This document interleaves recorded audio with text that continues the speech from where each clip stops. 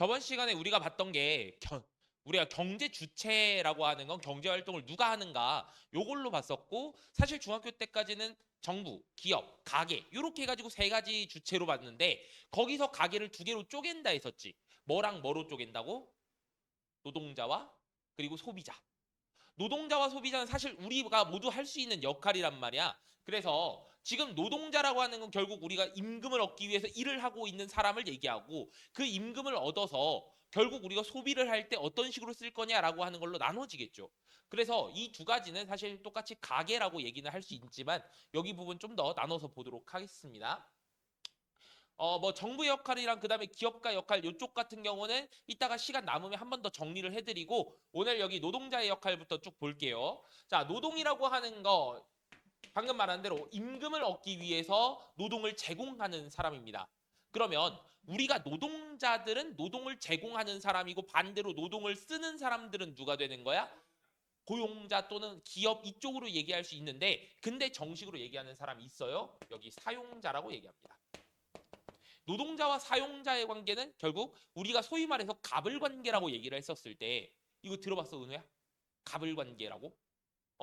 거기서 누가 갑이 되는 거야? 노동자야, 사용자야?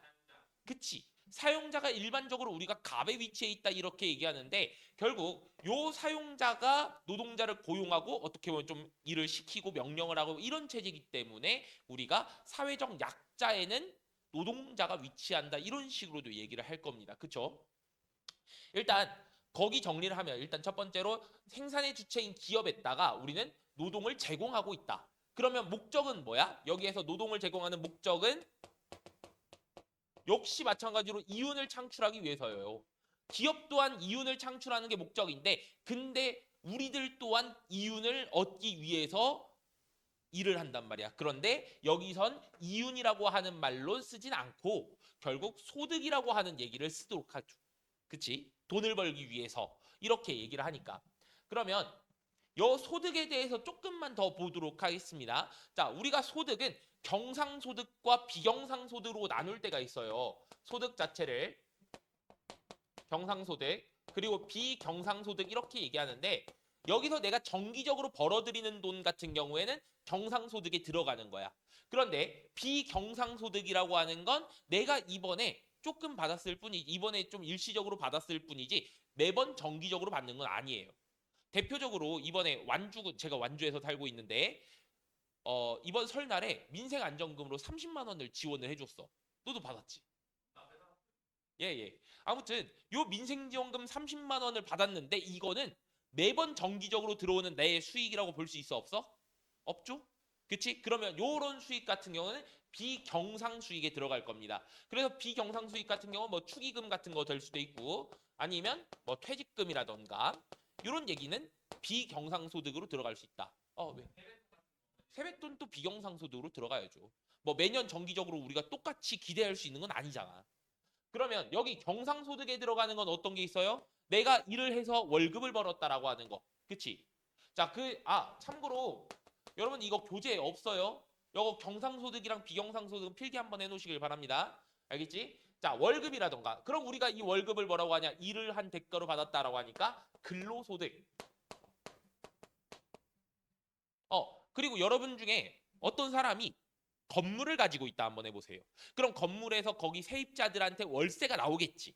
그럼 월세 같은 경우는 뭘로 들어가냐면 내가 건물을 가지고 있으니까 여기 이 재산에서 소득이 나오는 거라서 뭐 재산소득 이렇게도 얘기를 하고요.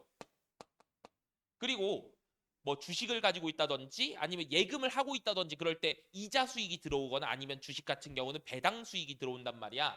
그러면 이런 거 같은 경우는 이제 우리가 금융소득이라고도 얘기합니다. 이런 것들이 우리가 경상소득과 비경상소득으로 나눠서 볼 수가 있는데 여러분 요거 같은 경우 어려운 얘기는 아니라는 거 말씀을 한번 드릴게요. 어떤 포인트까지만 하시면 되냐면 요거 한번 볼게요. 문제 하나 준비했는데 어디니? 음. 요거 한번 풀어볼게. 지금 뭐 선지 같은 거 다 뺐습니다. 요거 실제 이제 수능 문제, 수능 정제 문제에서 차용한 건데요. 우리가 소득과 지출이라고 하는 부분에서 이것만 볼게. 갑의 비경상소득은 125만 원이다. 그럴 때 우리가 갑의 경상소득과 비경상소득의 종류를 한번 따져보자라고 하는 걸로 좀 준비를 했어요. 여기서 경상소득의 종류 한번 말해볼까? 요거 한번 체크 한번 해볼게요. 월급, 경상소득이야, 비경상소득이야, 수인아? 그치? 자, 그럼 주식 배당금이라고 하는 건 현민아 뭐야? 경상? 맞다고? 그치? 여기서 월급과 주식 배당금 같은 경우는 월급, 무슨 소득? 아까 말했던 근로소득. 내가 일해서 돈을 번 거였으니까, 그치? 자, 그리고 주식 배당금이라고 하는 거는 금융소득에 들어가겠네요. 그리고 주식 배당금은 주식을 해본 사람들은 조금 알겠지만 배당금 자체가 거의 분기별로 들어올 때가 많아요. 분기라고 하면 3개월간 3개월마다 주기별로 가져올 때가 있습니다. 자, 그럼 여기서 비경산소득은 뭐가 있어? 복권 당첨금. 그쵸? 복권 같은 경우는 내가 계속 정기적으로 되는 건 아니잖아. 그래서 복권 당첨금이라든지 또 출산 장려금 같은 경우는 여기 비경상소득에 들어가겠죠. 그럼 여기서 문제 자체가 그겁니다. 요 갑의 전체 소득은 얼마였을까라고 하는 게 문제야. 갑의 소득은 얼마예요? 에? 뭔 소리야? 지금 비경상 소득이 125만 원인데 몇 퍼센트야? 25 합쳐가지고 25%죠. 25%가 125만 원이다. 이거니까 전체 소득은 곱하기 4 해가지고 얼마가 된다? 500만 원이 된다. 그쵸? 이렇게 될 겁니다. 예. 그래서 소득 관련해 가지고 요 정도로만 체크 한번 하시고 넘어갈게요. 뭐 다른 내용은 없습니다. 자, 그리고 아까 말했듯이 우리가 갑을 관계를 얘기한다 했습니다. 노동자와 사용자 중에서 누가 갑에 위치하고 있고 사용자. 그리고 을의 위치에 우리가 노동자가 위치한다. 그러니까 상대적으로 약자에 위치하고 있다라고 하는 설명을 할 텐데 그러면 우리나라 헌법 그리고 그 밑에 있는 법률 요거 관련해서 우리는 근로자들의 권리, 노동자들의 권리를 챙겨주고 있다라고 보실 수가 있겠습니다. 그래서 우리는 헌법, 국가의 최고법에 있겠죠. 그래서 헌법 제32조에 나와 있습니다. 이 내용 한번 보고 가실게요. 자, 헌법 제32조에 근로의 권리라고 하는 내용이 들어 있어. 그래서 내용 빨간색 쪽만 짧게 보면 국가는 근로자의 고용 증진, 그러니까 사람들이 일자리를 많이 구해야 된다는 소리가 되겠죠. 그치? 이런 것들을 올려줘야 돼. 취업률 자체를 높여줘야 돼. 그리고 적정 임금의 보장에 노력해야 된다. 그러니까 어떻게 하고 있어? 우리가 이것보다는 많이 받아야 돼. 한 시간을 일하면 이것보다는 많이 주세요라고 하는 뭐를 가지고 있다? 최저시급을 가지고 있다. 이렇게 말할 수 있겠죠. 그리고 최저임금제를 보장해야 된다. 이렇게 얘기하고 있고 33조에 보시면은 요거 중학교 때 한번 보신 적이 있을 겁니다. 특히 중학교 3학년 올라가는 은우 같은 경우는 이거 잘 봐야 돼. 여기는 1단원부터 나오는 데야. 1단원에 노동자들의 권리 해가지고 여러분들 기억나실 수 있어요. 자, 근로자가 우리가 어떤 예를 들어서 내가 사용자한테 월급을 떼먹혔어. 월급이 조금 들어오거나 아니면 안 줬어. 연체가 됐단 말이야. 그러면 그때 당시에 우리가 할 수 있는 건 뭘까? 막말로 사용자한테 폭행을 저지르면 안 되잖아. 그치? 신고를 하고 또 아니면 고소를 하고 이렇게 할 수가 있겠는데 대표적으로 법적 강제성이 있는 재판을 한다면 혹시 여러분 민사 같은 경우에 얼마나 걸려요? 민사가 총 3심까지 갈 수 있는 건 아시죠? 우리나라 재판 같은 경우 일반적으로 총 3심이 있는데 근데 그게 일반적으로 얼마가 걸리냐? 1년 반에서 빠르면 1년 반이고요. 정말 느리면 저희 그 아버지께서 사기를 당하신 적이 있는데 하루아침에 중학교 2학년 때인가 17억의 빚을 쌓으신 적이 있었거든. 그래서 집 자체가 원래 각자 내가 이제 삼형제란 말이야. 누나도 있고 여동생도 있고 나도 있는데 이제 우리 삼형제가 각자 방을 가지고 있었단 말이야. 집이. 근데 방이 하나로 줄었어요. 그래서 거실에서 아빠랑 제가 같이 자고 그 다음에 누나랑 여동생이랑 엄마가 이제 따로 방에 들어가서 자는 이런 생활을 한 몇 년 정도 계속했었지. 그러다가 그 사기꾼들 이미 잡혀서 형사처벌 받았고 민사까지 가는데 3심 재판이 끝난 게 고3 때였습니다. 그러니까 우리는 4년이나 걸린 거야.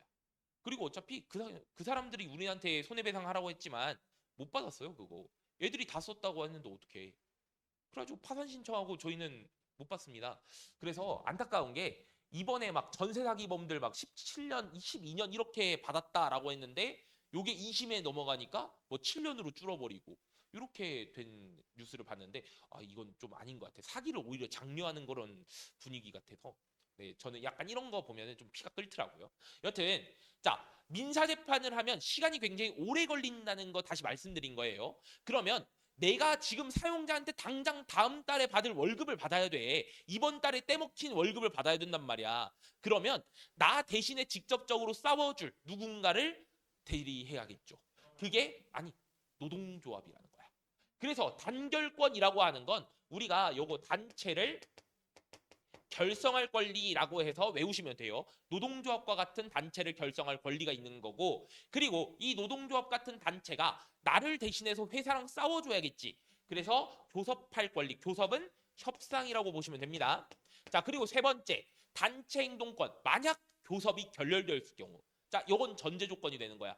교섭이 결렬된다는 건 둘이 서로 의견을 딱 나눴지만 맞지 않아.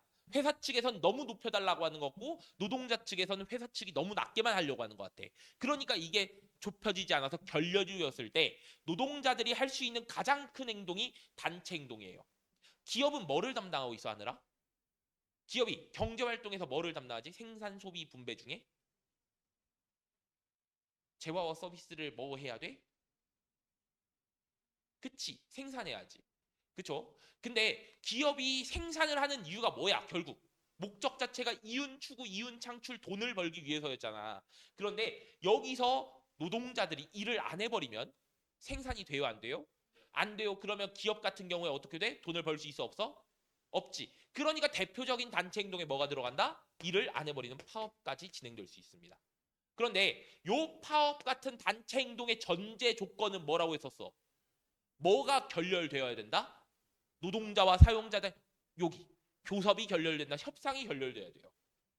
최근에 그 전주 버스 파업이 있었습니다. 작년 9월인가 10월인가 정확히 기억이 안 나는데 전주 버스 파업 같은 경우도 협상이 깨지고 심지어 전주의 지방노동위원회에서 사용자위원, 그다음에 근로자위원, 공익위원들의 교섭까지 이루어졌는데 그것도 중재에 실패한 나머지 결국 파업까지 간 거야. 근데 그러다 보니까 파업 결과 어떻게 돼? 버스 회사 자체에선 돈을 못 벌게 되고 결국은 노동자들과 합의를 해준 거죠. 그렇게 해서 파업이 끝나게 됩니다. 그래서 이렇게 우리가 노동자들의 권익을 보호하기 위한 법률이라든지 아니면 헌법상의 조항이라든지 이런 것들이 존재합니다. 자, 다시 여기 정리할게요. 단결권 뭐 하자? 노동조합과 같은 단체를 결성할 수 있다라고 하는 거. 내가 개인이 사용자인 회사와 1대1로 싸우기는 너무 힘들단 말이야. 일을 해야 되는데 내가 뭐 법률적인 지식을 구하거나 자문을 구하거나 아니면 회사와 싸우기 위해서 자료를 모으거나 이거 자체가 너무 힘들다고. 그치? 그러다 보니까 단체를 결성할 수 있는 권리, 맞든 어떤 예시를 들면 노동조합과 같은 단체 요게 나오겠죠. 자, 그리고 두 번째 단체 교섭권인데요. 방금 얘기한 것처럼 교섭하고 협약을 체결할 수 있는 권리입니다. 누가 나를 대신해서? 노동조합이 나를 대신해서. 자, 그리고 세 번째 단체 행동, 교섭이 뭐 됐을 경우? 깨졌을 경우, 결렬되었을 경우. 그래서 쟁의 행위를 통해서 사용자한테 대항할 수 있다. 자, 이 쟁의라고 하는 게 그 솔레고라던가 예전에 유일이었나 전주였나 이쪽이 정확히 기억이 안 나는데 이쪽에서 이걸 주관식 단답형으로 문제를 냈습니다. 꽤 많이 나오는 거예요. 쟁의행위라고 하는 거를 단답형으로 많이 냈는데 요 쟁의가 뭐야? 투쟁한다라고 하는 거고 의사를 전달하기 위해서 투쟁한다라고 하는 뜻이라고 생각하면 돼요. 그럼 여기 아까 전에 어떤 예시가 있었어요? 대표적으로 파업 그리고 시위 이런 것들이 대표적인 단체 행동권에 들어가겠지. 그치? 그러면 이런 단체 행동이라고 하는 건 우리나라에서 법상으로 근로자한테 보장해주는 권리잖아. 근데 협상을 하지 않고 교섭을 하지 않고 단체 행동 파업을 해버리면 뭐가 돼? 불법이야. 그래서 불법 파업, 불법 시위라고 하는 게 있는 거예요. 예를 들어 시위 같은 경우도 신고를 하고 어디부터 어디까지 행진하겠다, 몇 시부터 몇 시까지 시위하겠다 이게 신고가 돼야 돼 경찰 쪽에다가. 그러지 않으면 2인 이상 또는 단체가 하는 시위는 불법 시위가 되고 잡혀 들어갈 수 있습니다. 그리고 파업 같은 경우도 협상이 안 된 상태에서 파업을 해버린다. 이거 불법 파업이어서 명령으로 행정명령으로 그냥 노동 복귀해버리라고 하면 다시 일을 해야 돼요. 파업 자체가 인정되지 않습니다. 이런 것들이 있고요. 자, 그럼 다음에 이번엔 노동자들의 권리를 침해하는 여러 상황 중에 크게 두 가지가 있어요. 첫 번째는 부당 노동 행위라고 하는 건데 여러분 이거 멘트만 보시면 사실 노동자가 잘못하는 것처럼 보인단 말이야. 부당 노동 행위라고 해버리면. 근데 이거 노동자가 잘못하는 거 아닙니다. 사용자가 잘못하는 거예요. 아까 봤던 근로 3권, 노동 3권이 있었지. 자, 단단단 해가지고 뭐야? 첫 번째 단결권. 그치? 노동조합 만들 수 있는 권리. 두 번째 단체 교섭권. 세 번째 단체 행동권 있죠. 요거를 방해하는 행위예요. 그냥 예를 들어서 여러분들이 노동조합을 만들어가지고 가입을 요구하고 있다고 봅시다. 내가 노동조합에 들어가냐 안 들어가냐 같은 경우는 내 자유지. 안 들어갈 수 있어 노동자들도. 근데 나한테 회사 측에서 연락이 온 거야. 너가 지금 노동조합에 들어가지 않으면 너한테는 월급 인상을 해주고 너한테는 승진을 약속해 줄게. 이렇게 꼬셨단 말이야. 그럼 사용자가 지금 단결권을 침해하는 행위란 거죠. 그치? 이런 것들이 부당노동행위. 또는 단체 교섭 같은 경우에 해태하는 일이라고 합니다. 자, 이거 예시예요. 자, 세 번째 예시인데 교섭에 정당한 이유 없이 미뤄버리는 거. 아, 나 그날 못할 것 같은데? 한 달 뒤에나 하자, 두 달 뒤에나 하자. 지금 당장 급한데 계속 차일피일 미루는 행위. 이런 것들을 법률 용어로서 해태하는 행위라고 하는데 교섭을 무시하거나 또는 해태하는 행위 자체도 역시 부당노동 행위에 들어갑니다. 아시겠죠? 뭐 파업에 참여했다고 해서 불이익을 주거나 이것도 당연히 부당노동 행위가 되는 거야. 그러면 아까 얘기했듯이 재판으로 바로 가기에는 너무 시간이 어때? 오래 걸려. 맞지? 그럼 재판하면 너무 걸리니까 우리가 피해 당사자가 됐을 때 어떻게 구제받을 수 있어요? 어떻게 여기서 벗어날 수 있냐라고 하면 피해 당사자들은 맨 처음에 갈 수 있는 데가 일이 터지고 3개월 이내에 지방노동위원회에 가야 됩니다. 아까 살짝 말했지만 전주지방노동위원회에서 뭐 했다 했었어? 버스 파업이 일어났었을 때 그때 당시 파업 전 중재를 해주는 기관이라고 했었지. 사용자 측의 위원, 회사 측의 위원과 그 다음에 노동자 측의 위원 그리고 중재를 해줄 수 있는 공익위원 3명이서 중재를 해주는 거예요. 근데 여기서도 마찬가지입니다. 이게 부당노동 행위에 들어가는지 안 들어가는지에 대해서 따져준다는 거야. 이 지방노동위원회에서. 근데 여러분 우리나라에서 법적인 강제성을 가지고 있는 건 어디밖에 없어? 자, 누구 잘못했으니까 징역 몇 년. 땅 때리는 순간 잡혀 들어가는 데가 어디야? 아니 검찰은 아니고 검찰은 기소하는 데고 재판을 할 수 있는 어디? 법원. 법원만이 강제성을 가지고 있어요. 그러면 지방노동위원회는 강제성이 있어 없어? 이거 잘못된 것 같으니까 월급 떼먹힌 월급 주세요. 아니면 지금 부당노동행위니까 이거 시정하세요 라고 했을 때 그때 사용자 측에서 말 안 들을 수도 있어 없어?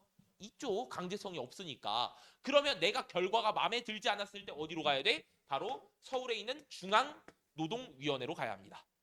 그래서 중앙노동위원회는 불복 시에 10일 이내에 재심을 신청할 수가 있고요. 그리고 만약 여기서도 결과가 마음에 안 들었어. 그러면 어쩔 수 없지. 이제 어디로 가야 돼? 재판하러 가야 되는 거야. 그쵸? 그러면 이 재판은 우리가 소위 1심, 2심, 3심으로 구성이 될 텐데 1심 재판은 보통 어디에서 열어? 예? 고등법원은 2심이지 대부분. 혹시 용훈아, 우리가 재판받을 때 1심 재판은 어느 법원에서 하는지 알고 있니? 지방법원. 그치 잘했어. 지방법원이 1심이야. 이거 나온다잉? 2단원에서 나와. 잘 챙겨놔. 자 그러면 요 지방법원이 1심 재판이냐? 아니에요. 노동 관련 문제 있잖아. 자 이거 체크해 주세요. 노동 관련 문제에서 1심 재판은 행정법원에서 담당합니다. 여러분들 기억하시는 분들이 있을 거야. 법원의 종류 굉장히 많습니다. 그 중에서 대표적인 거 얘기하면 지방법원 당연히 있고요. 행정법원 있고요. 그리고 특허법원도 있고 고등법원 2심이라고. 그리고 가정법원 같은 경우도 있어요. 예를 들어 뭐 이혼소송 아니면 재산 분할 이런 거 같은 경우 어디서 해? 가정법원. 그리고 특허. 내가 특허를 냈는데 요거 관련해서 누가 따라했더라 카피했더라 그러면 특허법원. 그 다음에 행정법원, 지방법원 이렇게 따로 존재하고요. 이런 것들 여러분들 배우셨던 건데 행정법원은 노동 관련해서 담당을 한다는 거 체크해 주시면 되겠습니다. 됐나요? 그러면 여기 1심 행정법원, 2심 재판은 어디서 해? 예, 이제 맞추네. 3심은 무조건 어디? 최종심 3심은 우리나라에서 볼 수 있는 데는 어디밖에 없어요? 대법원밖에 없습니다. 예, 요렇게. 그래서 행정법원, 고등법원, 대법원 순으로 넘어가는 노동 관련 문제 구제 절차가 있겠습니다. 총 몇 단계 하면 5단계 정도가 되겠죠. 그렇죠? 보이스피싱. 그러면 이게 전 이제 02 번호는 못 믿겠어. 02 아니면 031 약간 이런 식으로 오잖아? 그럼 일단 끊고 봅니다. 어차피 중요한 전화면 한 번 더 오겠지. 보이스피싱 받아본 적 있으세요? 저 이거 얘기하니까 생각난 건데 저 법원에서 전화가 그렇게 많이 오더라고요. 그 거기 양영민 씨 되십니까 해가지고 딱 받으면은 내가 뭔 죄를 졌대.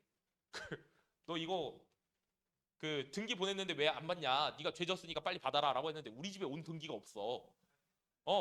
그래가지고 다시 그때는 여러분 막 발끈해가지고 저 어떡해요? 저 그 빨리 살려주세요 이러지 마시고 등기는요 다시 보내면 돼요. 예, 저 이번에 받을 테니까 다시 보내주세요 하시면 됩니다. 왜냐면 걷다 대고 그 뭐 소위 말해서 너 어디 사냐? 아니면 그 사람을 꼬치꼬치 캐묻다든가 아니면 놀린다던가 이런 식으로 하면 조금 부담스러운 게 얘는 내 정보가 다 있어 쟤한테는. 그러니까 약간 보이스피싱 같은 거 상황 나오면 그냥 빨리 그냥 끊어버리시는 게 답이긴 해요. 예, 더 이상 피해받지 마시고. 예, 노동위원회 아까 전에 설명 잠깐 했었는데 다시 한번 체크할게요. 근로자 위원, 사용자 위원 양측의 입장을 들어줄 수 있는 사람들이지. 그리고 중간에 있는 공익위원이 존재해서 그래서 중재를 해줄 수 있다는 거. 그래서 노동위원회로 먼저 가시면 된다. 빠른 해결을 위한다면. 하지만 권고 조치 받아들이지 않을 수 있으니까 중앙노동위원회 갔다가 다음엔 진짜 안 될 경우에 강제성이 있는 재판을 받으러 가야죠. 어디로? 행정법원으로 이렇게 가시면 되겠습니다. 자, 두 번째 사례입니다. 부당해고예요. 자, 우리가 해고 관련해 가지고 얘기를 했던 건 이미 자본주의의 역사적 발전에서 있었습니다. 그렇죠? 자, 그럼 자본주의의 역사적 발전 단계에서 어떤 단계에서 우린 해고를 얘기했냐? 해고를 쉽게 할 거냐, 해고를 어렵게 할 거냐, 수정자본주의 입장과 신자유주의 입장이 있었단 말이야. 거기서 나왔던 멘트가 고용시장에 대한 유연성을 약화시킨다라고 해버리면 수정자본주의였어. 해고를 어렵게 만든다는 소리였지. 그럼 반대로 해고를 쉽게 해서 고용을 빨리빨리 해줘야 돼 라고 하는 입장은 신자유주의였어요. 그렇죠? 그래서 수정자본주의 입장에선 해고를 어렵게 만들어야 되고 신자유주의 입장에선 해고를 쉽게 만들어야 됩니다. 우리나라는 수정자본주의에 따른 해고를 하고 있을까? 신자유주의에 따른 해고를 하고 있을까? 신자유주의? 혹시 신자유주의라고 또 생각하시는 분 있나요? 없어?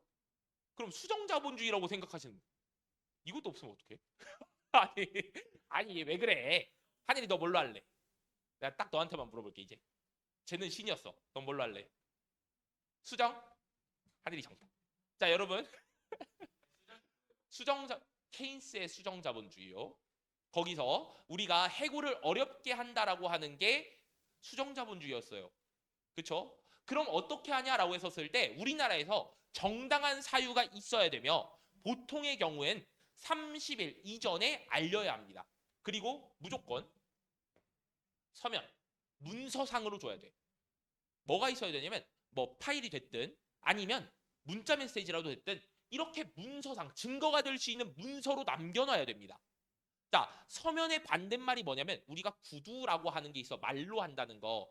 말로 그냥 너 내일부터 나오지 마 라고 해버리고 얘를 잘라버리잖아. 이거 부당해고에 들어가요.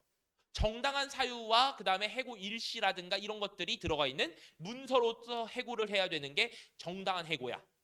근데 말로만 얘기를 하잖아요. 그럼 안 될 수도 있다는 거예요. 부당해고 사례가 되어서 그래서 나중에 신고받으면 얘가 그동안 받지 못한 상황에 대한 월급을 법정이자 12%인가 그 정도를 쳐가지고 더 줘야 돼. 예를 들어 100만 원이라고 하면 112만 원 이 정도까지 줘야 된다는 거지. 그러면 일반적인 경우에 제가 며칠 이전에 이걸 줘야 된다 해서 해고 통보를 30일 전이라 했지. 그치? 그러면 일반적인 경우가 아닐 때는 뭘까? 회사 돈을 횡령했다. 또는 회사를 배신하는 행위를 했다. 배임 행위를 했다. 이런 식으로 얘기할 수 있거든요. 그러면 횡령이라던가 배임 행위라던가 이럴 때 내 돈을 누가 먹고 날랐단 말이야. 그럼 지금 당장 잘라버리고 싶지 않니? 그치? 내가 지금 어떻게 번 돈인데 그거를 먹고 날랐으니까. 그럼 이런 특수한 경우에선 횡령이나 배임 같은 특수한 경우에선 바로 자를 수 있을까 없을까? 다 있겠지. 근데 이 경우에도 서면으로 제공해야 돼요. 실제로 최근 뉴스에서 나왔던 건데 그 음식점 사장님이 자기 그 뭐라 하지? 그 계산대 포스기를 털어버린 거야. 그 CCTV 돌려보니까 얘가 돈을 얼마 막 빼가고 그랬던 게 보였어요, 알바생이. 그러니까 너 그냥 내일부터 나오지 마라. 법적으로 책임 안 물을 테니까 나오지 마까지 해줬어. 책임 안 물어줄 테니까. 근데 3개월 뒤에 노동청에서 신고 들어와서 부당해고로 그 사람한테 3개월간의 월급과 그다음에 법정이자 12%까지 줘야 됐어요. 왜요? 말로만 했거든. 그냥 여러분들도 언젠가 그 누군가 밑에서 일하는 사람이 아니라 자영업을 할 수도 있을 겁니다. 그때 자영업할 때 사람을 쓸 수도 있잖아. 그때 항상 우리나라에선 서면 통보로 해고를 하셔야 된다는 거 잊지 마시고요. 입으로만 하면 안 돼요. 아시겠죠? 왜? 그러니까 횡령이면 바로 자를 수 있어. 너 내일부터 나오지 마 할 수 있어. 근데 문서로 줘야 된다고. 문자로 주든 아니면 문서로 주든 그렇게 해야 돼. 요거 그 너희 중학교에서 나오지 않았나 시험 문제? 요거 부당해고 상황에서는 자 어떻게 구제받아야 돼? 아까 부당 노동행위랑 똑같아요. 자 어디로 간다? 맨 처음에 노동위원회 어디 노동위원회를 간다? 지방노동위원회 간다. 그 다음에 중앙노동위원회 그 다음에 노동 문제 관련해 가지고 재판하는데 어디라고 무슨 법원? 행정법원. 요 행정법원으로 넘어가서 1심, 2심, 3심 이렇게 넘어가시면 되겠습니다. 부당해고 사례도 똑같아요. 그래서 노동자들 같은 경우에도 사회적 약자다 보니까 권리를 챙겨주기 위해서 많은 권리를 줬습니다. 이권을 줬어. 그런데 내가 그 권리를 이용해가지고 사용자가 뻑하면 그냥 파업을 해버린다든지 아니면 너무나도 높은 월급 인상률을 요구한다든지 이러면 결국 사용자 입장에서도 들어줄 수 없을 뿐만 아니라 들어주면 사용자도 망할 수도 있단 말이야. 그러니까 결국 마지막 얘기하는 건 뭐냐면 우리가 상생의 관계를 추구해야 된다. 너무 그렇게 자신의 권리만을 추구하지 말고 사용자 입장과 노동자 입장 서로 다 고려한 상생의 관계를 추구하자라고 하는 거예요. 노사간 갈등 시 대화와 타협을 통해서 상생의 관계를 추구하자 이런 얘기를 마지막으로 할 수 있겠죠. 여러분들 그 교재에 보시면은 요 얘기 나옵니다. 독일의 노동자 평의회라고 하는 게 여러분들 교과서에 대부분 좀 실려 있어요. 2008년에 경제위기 저번 시간에 얘기했는데 기억나시나요? 2008년에 우리나라에서 경제위기가 있었는데 이거 시작 자체가 미국에서 빵 터져버렸던 신자유주의의 문제점 서브프라임 모기지 사태. 서브프라임은 신용 불량자를 얘기하는 거였고 모기지라고 하는 게 주택담보대출이었잖아. 그치? 이게 전 세계 경제 위기였거든. 그것 때문에. IMF만큼의 심했다고 했었으니까. 자, 그때 당시에 독일에서 노동자들에 대해서 구조조정 들어보신 적 있나요? 잘라버린다는 거? 이걸 시행해야 되나를 고민하고 있었을 때 그때 노동자 평의회에서 먼저 그냥 합의를 해본 거야. 사람을 자르지 말고 월급을 좀 줄여야 되는 게 있으니까 노동 시간을 좀 단축을 하자. 그리고 그 부족한 시간에 새로운 노동자들을 구해서 한번 일을 시켜보자라고 하면서 경제 위기에서 구조조정이 아니라 오히려 근로시간 단축과 새로운 노동자들을 고용하는 쪽으로 해가지고 경제 위기를 타파하려 했다라고 하는 모습입니다. 결국은 취업률 같은 게 다시 높아질 거고 그럼 결국 조금이긴 하지만 월급은 벌고 있으니까 경제활동을 계속해서 할 수 있겠죠? 그래서 경제 위기를 조금 더 빨리 벗어날 수 있었다라고 하는 내용이에요. 그러니까 노동자와 사용자가 너무 대립하는 각을 보지 말고 너무 자기 의견만 주장하지 말고 협의를 먼저 한번 해보자라고 하는 대표적인 케이스로 나오는 사료입니다. 자, 그 다음에 두 번째 소비자 요 얘기해야지. 지금 몇 시니? 소비자 얘기 요거 간단하게 설명하고 그 다음에 잠깐 쉬도록 하겠습니다. 요 소비자 같은 경우는 우리가 왜 소비를 해요? 라고 하면 자 재화와 서비스를 소비한다고 하자. 뭐를 위해서야? 내가 무언가를 만들기 위해서 소비를 하는 거야? 아니면 내가 쓰기 위해서 소비를 하는 거야? 그치? 저 이거 문제 냈었어요. 무언가 생산을 하기 위한 소비 이거는 진정한 소비가 아니라 했었지. 생산이라고 오히려. 예를 들어서 여러분들 문제에서도 한 번씩 보셨다시피 택배회사, 물류회사 이런 데서 화물차를 구입했어. 이거 은우야 소비야 생산이야? 그치? 이건 왜냐면 돈을 벌기 위해서 쓴 거니까 이거는 소비라고 할 수가 없어. 내가 쓰기 위해서 한 거란 말이야. 그러면 여기서 말하는 게 결국 이겁니다. 우리는 재화와 서비스를 내 필요와 욕구를 충족시키기 위해서 소비를 한다는 거예요. 맞죠? 그러니까 필요와 욕구를 충족시키는 활동 자체가 소비인데 우리 저번 시간에 무슨 소비 배웠어요? 계산할 때 합리적인 소비 배웠습니다. 합리적 소비라고 하는 건 뭐야? 비용은 어떨수록? 비용은 많을수록 좋아, 적을수록 좋아? 적을수록 좋지. 당연히 돈을 많이 쓴다는 건 좋은 얘기가 아니잖아. 비용은 적을수록. 자, 편익은요. 어떻게 돼야 돼? 편익은 내 만족도다 보니까 편익은 높을수록 어떤 선택이다? 합리적인 선택이다. 그러면 내 만족이 높아진다라고 얘기하면서 우리는 최대 효용을 얻을 수 있다라고 얘기를 드렸습니다. 그러면 효용성과 효율성 이거 기억나시나요? 저번 시간에 한번 했던 거. 기업은 생산을 하는 데 있어서 적은 비용으로 최대한 많이 뽑아내고 싶어. 그러니까 효율성을 따지지. 근데 소비자 입장에선 뭐야? 내가 이 돈을 쓰더라도 내 만족도를 최대한 높이고 싶어 효용성을 신경 씁니다. 물론 둘 다 신경을 쓰지만 둘 다 신경 기업도 효용성 신경 안 쓰는 거 아니에요. 효용성과 효율성 중에서 대신 효율성을 강조하는 게 기업. 우리들은 뭐였다? 효용성을 강조한다라고 볼 수가 있겠습니다. 둘 다 강조는 하지만 효용을 강조한다. 그럼 합리적인 소비를 추구하고 있는데 여기서 문제가 발생합니다. 여기 첫 번째 문제는 뭐냐면 일단 개인적 차원으로 소비는 어떤 효과를 가지느냐 그리고 사회적 차원으로 어떤 효과를 가지느냐 요거 보셔야 돼요.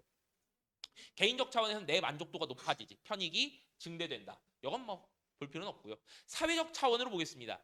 소비 행위를 하면 어디로 다시 돈이 흘러가? 화폐의 흐름 한번 본 적 있었잖아. 생산물 시장에서 가게에서 기업으로 화폐가 넘어가고 그리고 생산 요소 시장에선 기업에서 가게로 화폐가 넘어간다는 것까지 봤습니다. 그러면 사회적 차원에서 우리가 소비를 하게 되면 기업으로 다시 돈이 들어가겠고 그럼 그 기업이 다시 투자를 통해서 연구개발을 통해서 새로운 상품을 내놓을 거고 그리고 또 그 상품을 만들기 위해서 사람들을 고용하겠지.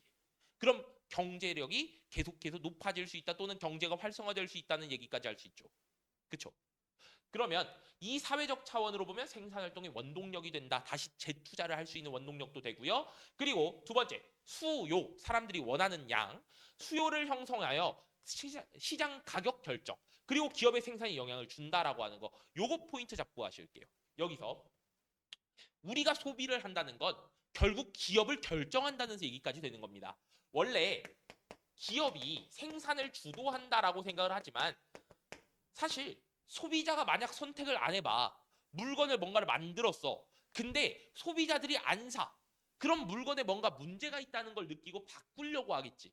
소비자들이 사줄 수 있도록. 그러면 결국 이 생산을 선택하는 건 기업이 아니라 소비자가 이걸 선택을 하고 있기 때문에 주도하고 있는 건 소비자의 선택으로 인해서다. 그래서 얘기하는 게 소비자의 주권이라고 하는 얘기를 해요. 소비자가 기업을 결정한다. 요 얘기. 그래서 소비자 행동은 시장에서 자원 배분의 방향을 결정한다. 예를 들어서 우리가 합리적인 선택으로 하면 비용이 절감돼야 된다는 얘기 말이 왜 이렇게 꼬이냐. 말을 했습니다. 죄송해요. 그러면 내가 커피 맛 자체는 사실 뭐가 고급 커피고 뭐가 저가 커피고 이거 잘 모르거든. 그래서 그 커피 같은 경우에 막 진짜 그 스타벅스에 뭐 4,700원 요즘 올랐어요. 아메리카노 자체가. 요거 4,700원짜리를 먹을지 아니면 저기 뭐 더벤티 더리터에서 뭐 1,800원, 2,000원 하는 저가 커피를 먹어도 저는 만족도 측면에서 똑같아. 나한텐 그럼 결국 싸고 양 많은 커피가 최고인 거잖아. 그러면 제가 스타벅스 커피를 선택하는 게 좋겠어? 아니면 더벤티를 선택하는 게 합리적인 선택이겠어? 그치? 저가 커피 선택하는 게 합리적 선택이겠죠. 그럼 옆에 여기서 500원짜리 커피숍이 생겼다고 한번 봅시다. 그러면 하늘아, 난 뭘 선택할까? 스타벅스 아니면 더벤티? 저기 500원 커피? 그치? 저는 500원짜리 커피숍을 선택할 거예요. 왜냐면 내 만족도는 어차피 똑같으니까. 그런데 비용은 저렴하잖아. 근데 500원짜리 커피숍은 팔면 돈을 벌 수 있을까 없을까? 아니요. 기업은 돈을 벌기 위해서 만든다니까? 그 500원짜리 커피숍은 어떻게든 돈을 벌었을 거야. 근데 원가가 말이 안 나오잖아요. 말이 안 나오는 방법으로 만들었다 칩시다. 어떻게? 저기 커피 원두 만드는 농장에서 뭐 채찍을 때려가면서 감금을 해가면서 거의 사실상 노예 상태로 굴려가지고 거의 공짜로 원두 왜 이렇게 좋아해? 채찍 좋아해?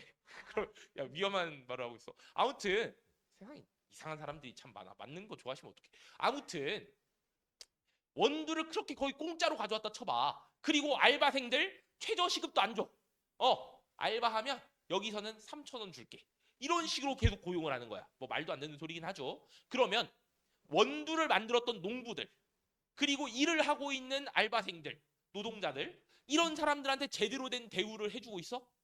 근데 사람들이 싼 커피만 산다고 했었을 때 기업들은 그런 식으로 만들 수도 있겠죠. 그치? 그러니까 우리가 합리적인 선택을 하잖아?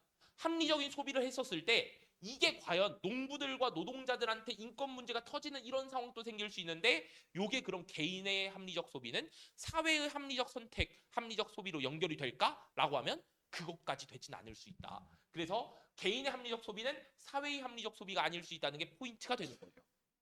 그래서 나오는 게 뭐냐? 우리는 동물 복지와 관련돼서 또 노동자와 인권에 관련돼서 친환경 제품에 대해서 윤리적인 소비를 지향해야 된다라고 하는 게 포인트가 됩니다. 그래서 여러분들한테 여기 제일 중요한 포인트는 그거예요. 뭐 거기 소비자들의 권리 이런 거 따지는 거는 거의 안 나와. 근데 있으니까 넣어놓은 거야 교재에. 사실상 문제가 나오는 건 요겁니다. 여러분들은 합리적 소비보다 뭐를 좀 지향하자? 윤리적인 소비를 지향하자라고 하는 내용으로 해서 여러분들 교재 보시면 많이 마크들이 나올 겁니다. 그쵸? 요 마크들 한번 살펴보도록 할게요. 맨 처음에 동물복지 인증 마크가 있습니다. 이거는 농림축산과학부에서 만들고 있는 건데 여기 동물복지 관련해 가지고 얘기가 딱 나오지. 그치? 옛날에 닭을 키우는 양계장 같은 경우 있잖아요. 양계장 같은 경우가 진짜 이렇게 생겼어. 지금도 좀 그런 데가 있긴 한데 정말 아파트식으로 짓는데 요거를 엄청 많이 지어. 빽빽하게. 요 한 칸에 닭 한 마리가 겨우 들어갈 수 있는 공간이야. 여기 들어가 있는 양계장에선 여기 양계장의 닭들은 딱 이만한 공간에서 그냥 모이와 물만 마시면서 계속 뭐만 하면 되는 거야? 알만 낳으면 돼.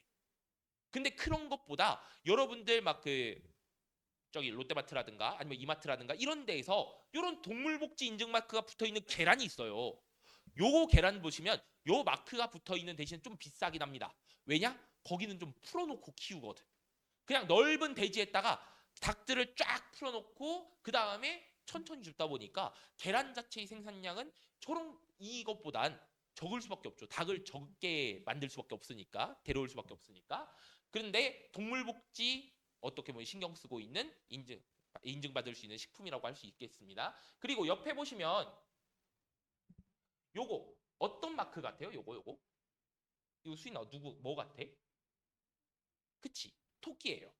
요거 토끼가 왜 동물복지 관련해 가지고 인증마크로 들어오고 있냐면 동물 실험에 많이 쓰였던 게 토끼였거든. 근데 대표적으로 어떤 동물 실험이었냐면 화장품이야.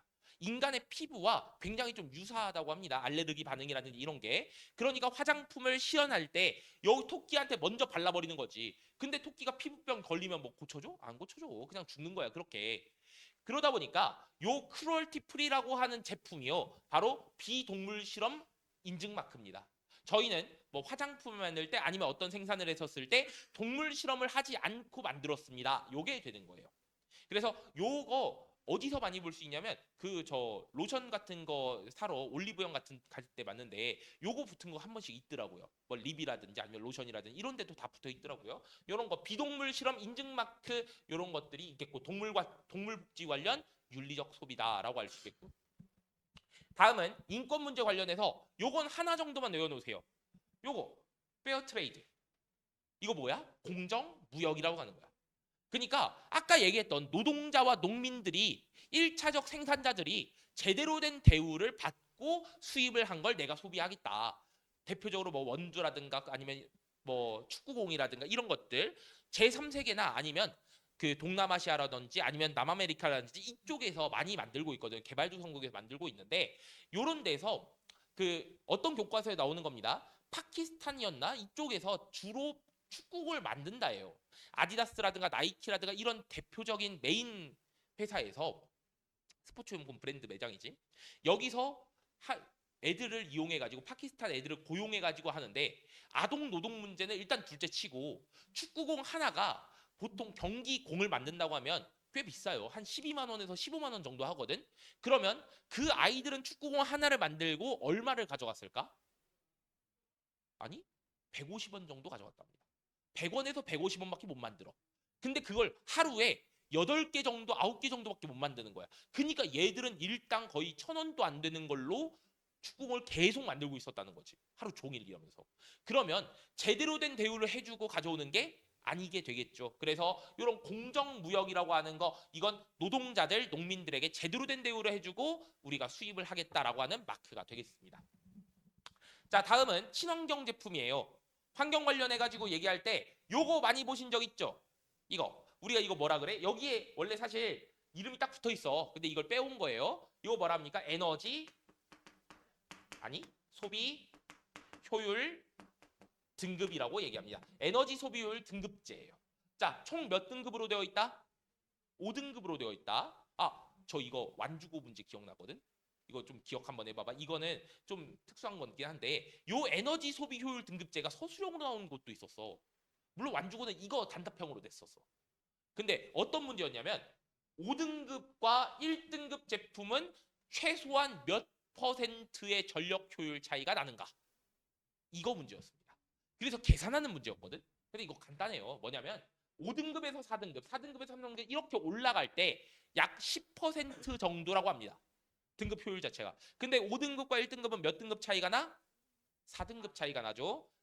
4단계 차이가 나니까 최소 몇 퍼센트의 전력 효율이 좋아져야 돼? 40% 이상이 좋아져야 돼. 그럼 여기에 달려있는 거, 자, 38.9kW라고 되어 있는데 요거는 뭐를 얘기하는 거냐? 월간 소비 전력량입니다. 얘가 얼마의 전기를 먹는지 한 달 동안에 요걸 표현한 거고, 자, 두 번째 CO2라고 적혀 있는데 CO2가 뭐예요? CO2가 뭐지? 이산화탄소 얘기하죠. 이산화탄소 배출량 얘기합니다. CO2 모르는 사람 거의 없죠. 그치? 그리고 여기 보시면 이제 1년 동안 썼을 때 전기세는 얼마 나오는지 요거까지 해서 계산해서 나오는 게 에너지 소비 효율 등급제고요. 1등급 제품을 쓰면 또는 1등급 제품을 사면 최근에 정부에서 지원금을 주는 것도 있습니다.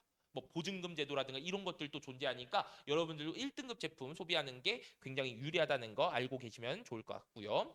자, 그럼 다음으로 여기 두 번째 탄소 발자국 환경부에서 낸 겁니다. 탄소 발자국 표시도 CO2 얼마나 배출하는지에 따라서 1등급, 2등급 이렇게 나누고 있고요. 자, 그리고 요것도 문제 나온 적이 있는데 이게 아마 전주고 쪽인가 그럴 겁니다. 자, 총 3단계로 나눠놓은 탄소 성적 표지 제도예요. 요거 1단계 제품은 요거 얼마나 배출하는지를 적어놨습니다. 몇 그램 정도로 배출한다. 그런데 두 번째 2단계 제품은 저탄소 제품이라 해서 밑으로 가는 화살표. 그 다음에 3등급 제품은 탄소 중립 제품이라 해서 제로가 적혀 있어요. 얘는 생산이라던가 유통 과정에서 오히려 탄소를 더 많이 흡수하는 상황이다. 이런 식으로 줄 때 탄소 중립 제품을 줍니다. 요게 몇 단계인지 이거 만드는 문제가 나왔더라고요. 전주 지역에서 나왔었습니다. 그리고 여러분들 이거 리사이클링이라고 하는 단어는 많이 들어보셨을 거예요. 우리가 소위 말해서 재활용.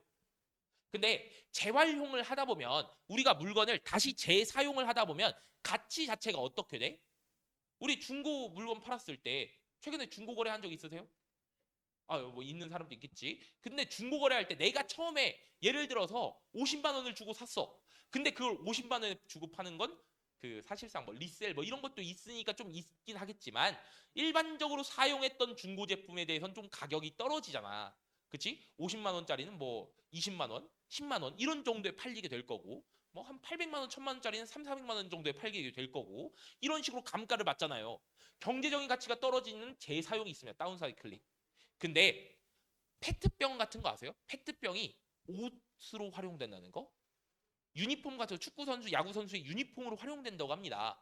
그러면 페트병이라고 하는 경제적 가치랑 유니폼이라고 하는 경제적 가치 중에 뭐가 더 커? 유니폼이 훨씬 더 크지. 훨씬 더 비싸게 팔리기도 하고 거의 그 막 선수용 같은 건 10만 원 이상이에요. 15만 원, 20만 원까지 갈 때 있으니까. 그러면 페트병의 경제적 가치가 훨씬 더 올라가게 된 거지. 이거를 업사이클링이라고 얘기하고요. 요거를 우리가 새사용이라고도 얘기를 합니다. 또는 새활용 이렇게도 얘기를 해요. 그래서 요거 자체 업사이클링에 대해서 나오는 경우도 많으니까 한번 챙겨주시고요. 요거 로컬 푸드 뭐다? 우리가 해외에서 수입을 하다 보면 어떻게 돼? 운송 과정에서 CO2 탄소가 굉장히 많이 배출되니까 어떻게 하자? 지역의 먹거리를 이용하자. 그러면 탄소 배출 자체가 줄어든다라고 하는 로컬 푸드 운동까지 볼 수 있겠습니다. 여기까지 하고 잠깐 쉬도록 하겠습니다.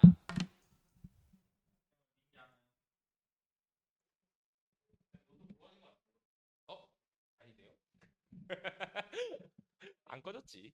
자, 그러면 다음 얘기가 이제 금융자산과 금융생활 이쪽 얘기를 하도록 하겠습니다.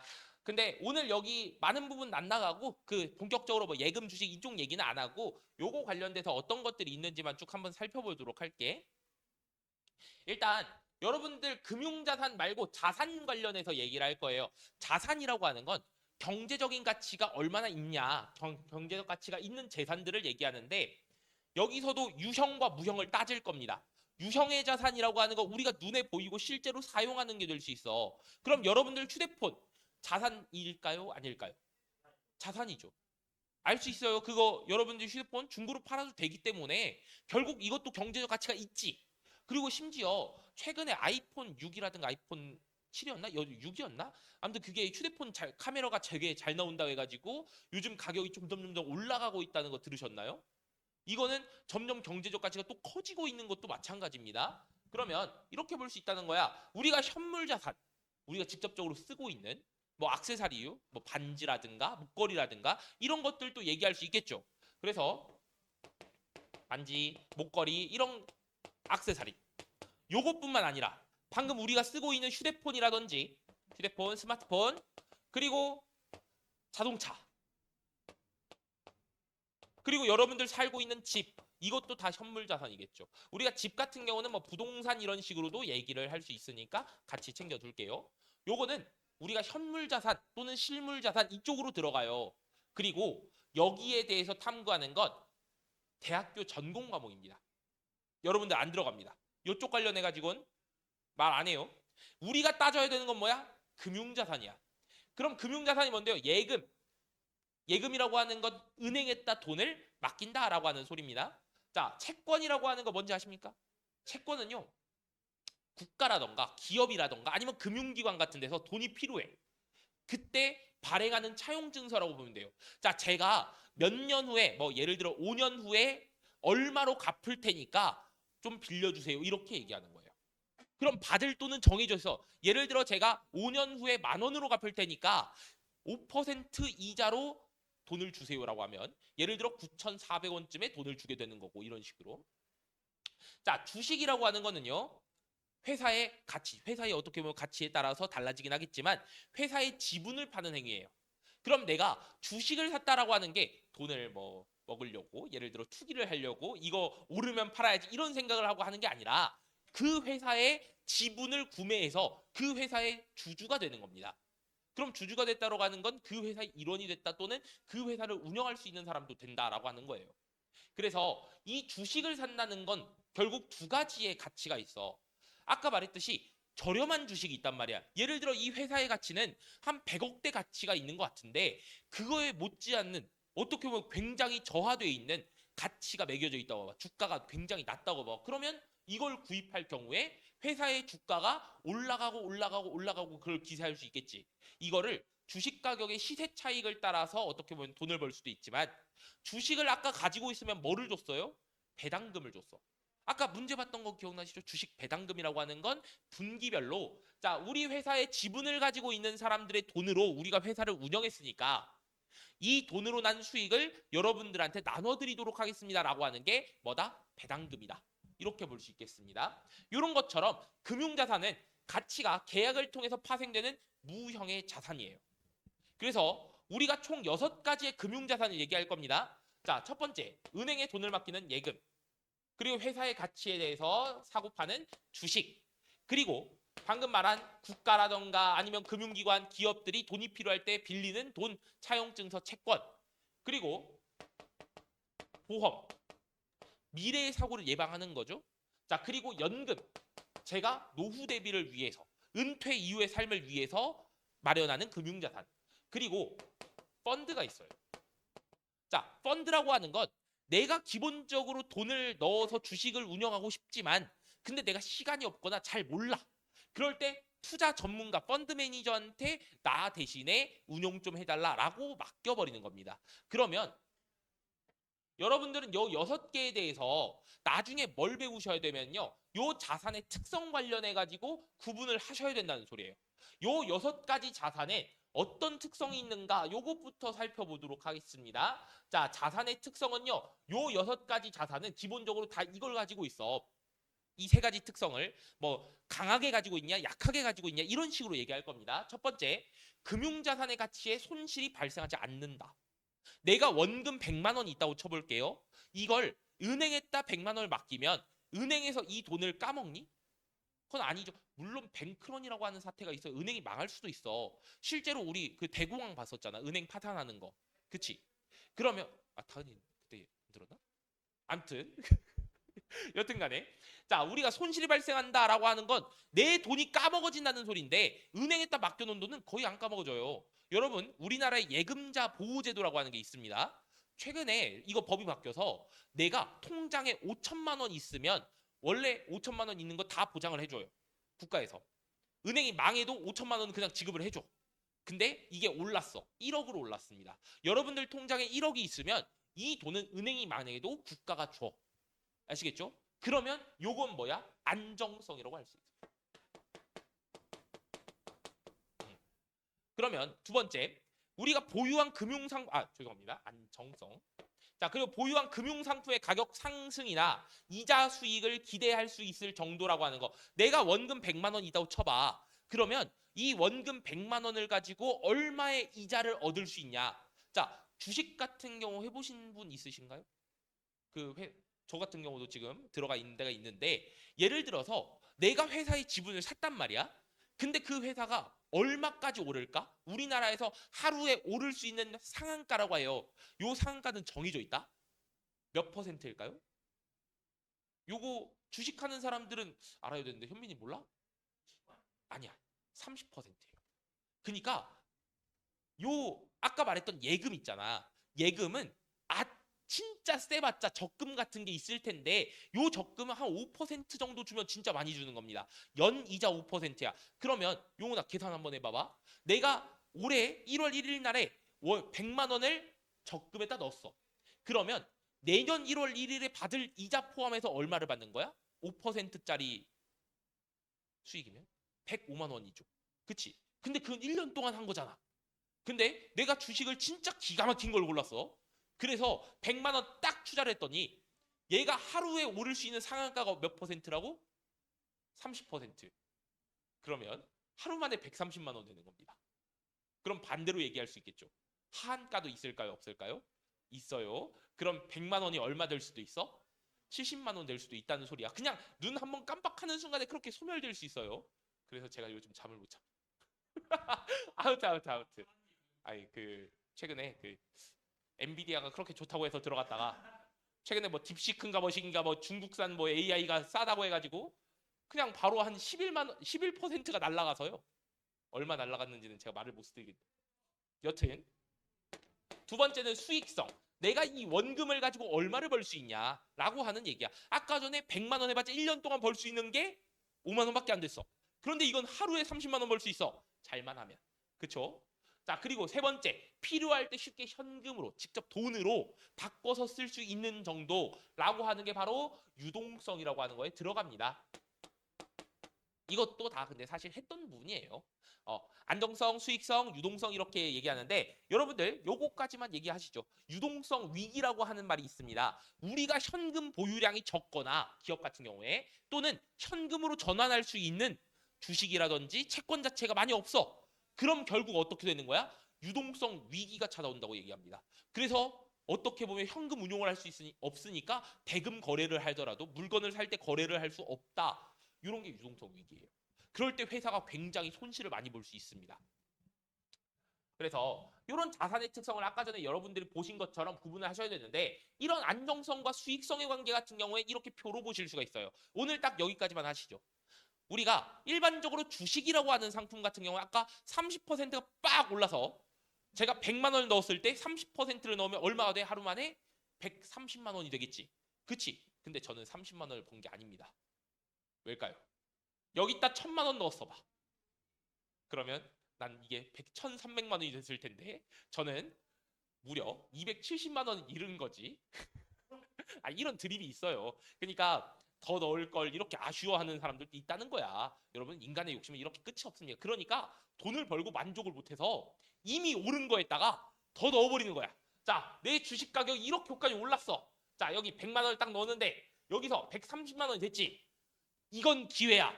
라고 해서 여기다가 1000만 원을 딱 투자해서 내일 또 이렇게 올라주겠지? 근데 여기서 단 5%만 떨어져도요. 이거 손해봐요. 30만 원 이런 거 다 까먹어. 100만 원의 10% 얼마야? 1000만 원의 10% 100만 원이죠. 여기서 5%만 까먹었는데 50만 원이 까였어. 30% 오르고 5% 떨어졌는데 저는 돈을 잃은 사람이 될 수 있습니다. 여러분 그래서 그 최대한 주식은 그 팔았잖아? 전 여자친구, 전 남자친구 보듯이 대하십시오. 아예 보면 안 됩니다. 알겠죠? 절대 경험이라서 얘기하는 거 아니에요. 알겠지? 절대 다시 들어가지 마. 왜 잠깐 왜 눈물이 나지? 아무튼 여러분 예금하세요. 예금. 이거 너무 좋아요. 그 저 같은 아니 제 친구처럼 제가 아는 사람 얘기했잖아 아까 전에 더 들어가서 한 거는 그치? 제 친구처럼 그 전 여자친구 연락하는 것처럼 막 계속 들어가다가 오히려 1%만 떨어져도 막 돈 다 잃어버리고 이렇게 되는 주식하지 말고 따박따박 넣으면 예금은 자연스럽게 돈이 쌓입니다. 여긴 실패하는 사람이 없어. 넣어가지고 돈 잃었던 사람 있어? 없어요. 예, 예금, 적금 이거 적극적으로 하십시오. 제가 이게 눈물을 흘리면서 얘기하는데 자, 일반적으로 수익성과 안전성은 이렇게 반비례 관계다. 반대 상충되는 관계다. 수익성이 높은 상품이에요. 동시에 뭐야? 안정성이 안전성이 떨어지는 상품이다. 그럼 반대로 수익성이 낮은 상품이야. 그건 안전성이 높다는 겁니다. 예, 그래서 원금과 이자 수익 관련해 가지고 여러분들이 계속 책정을 하셔야 되는데 이런 것들 잘 생각해서 총 6가지 쭉 살펴보시고 다음 시간에요. 그러면서 어떻게 해야 내가 돈을 굴릴 수 있을지, 자산을 더 형성할 수 있을지 요거 체크하시면 되겠네요. 요거는 사실 돈에 관련된 수업이잖아. 저는요. 경제 수업 중에서 이 수업을 제일 좋아하긴 해요. 왜냐면 제가 제일 좋아하는 부분입니다. 그 혹시 다은이 싫어하니? 돈 별로 안 좋아해? 자, 여러분들 유명한 말이 있어요. 돈을 싫어한다고 얘기하는 사람 돈에 미친 사람입니다. 이거 제가 얘기한 건 아니고 너무 유명한 말이니까. 예. 그 여러분들도 자산 형성하실 때 이거 관련해 가지고 수업 자주 듣시고 한번 해보시는 것도 권장드립니다. 예. 왜냐면 우리는 결국 계속 살아갈 날들에 돈은 필요할 거니까. 예, 오늘 여기까지 하겠고요. 아무튼 잘 쉬시고 수업 잘 들으세요.